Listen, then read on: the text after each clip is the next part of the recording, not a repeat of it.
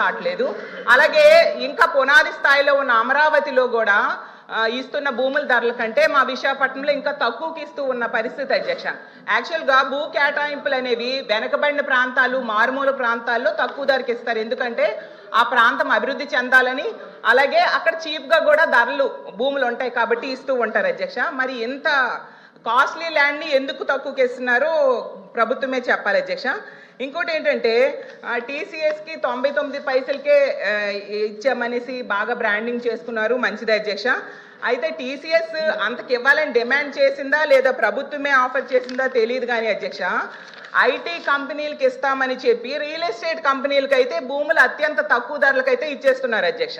ఇప్పుడే చెప్పినట్టుగా రహేజా డెవలపర్స్కి 99 పైసలకేమో 27 ఎకరాలు కట్టబెట్టడం జరిగింది అధ్యక్ష. అలాగే అడ్రస్ లేని వర్సా కంపెనీకి డెడ్ చీప్ గా 3,000 కోట్ల రూపాయల భూమిని కట్టబెట్టాలని ట్రై చేశారు అధ్యక్ష. మాట్లాడనివ్వండి మంత్రి గారు ప్లీజ్. 1 సెకండ్ అధ్యక్ష, మళ్ళీ నేను ప్రశ్నిస్తున్నా. నేను 5 కంపెనీలని చెప్పాను అధ్యక్ష. 6వ కంపెనీ పేరు మేడం గారు ప్రస్తావించారు. ఆధారాలు పెట్టమన్నాడు హౌస్ ఆరోపణలు చేసి బయటకు వెళ్తాను. మేడం గారిని ఇప్పుడు ఆధారాలు పెట్టమని లేటెస్ట్ చేస్తూ విత్డ్రా ది స్టేట్మెంట్ అధ్యక్ష. అంతేగాని ఉరిసాకు మేము ల్యాండ్ ఎక్కడిచ్చావు అధ్యక్ష? వీఆర్ నాట్ గివెన్, మేము ఇవ్వలేదు అధ్యక్ష. చాలా స్పష్టంగా నేను చెప్పాను, 5 కంపెనీలకే ఇచ్చానని చెప్పాను.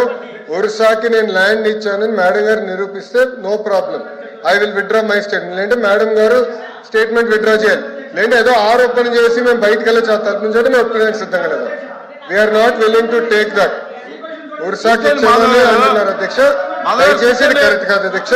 మేడం గారు వివరాలు ప్రజల ముందర పెట్టమని కోరుతున్నారు అధ్యక్ష. మాధవ్ గారు ఇప్పుడు సెకండ్ సెక్రటరీ మాట్లాడుతున్నారు, మీరు లేచి మాట్లాడతారు ఎందుకు? నా కూర్చోండి మంత్రి గారు. 1 మినిట్ అమ్మా 1 మినిట్ మంత్రి.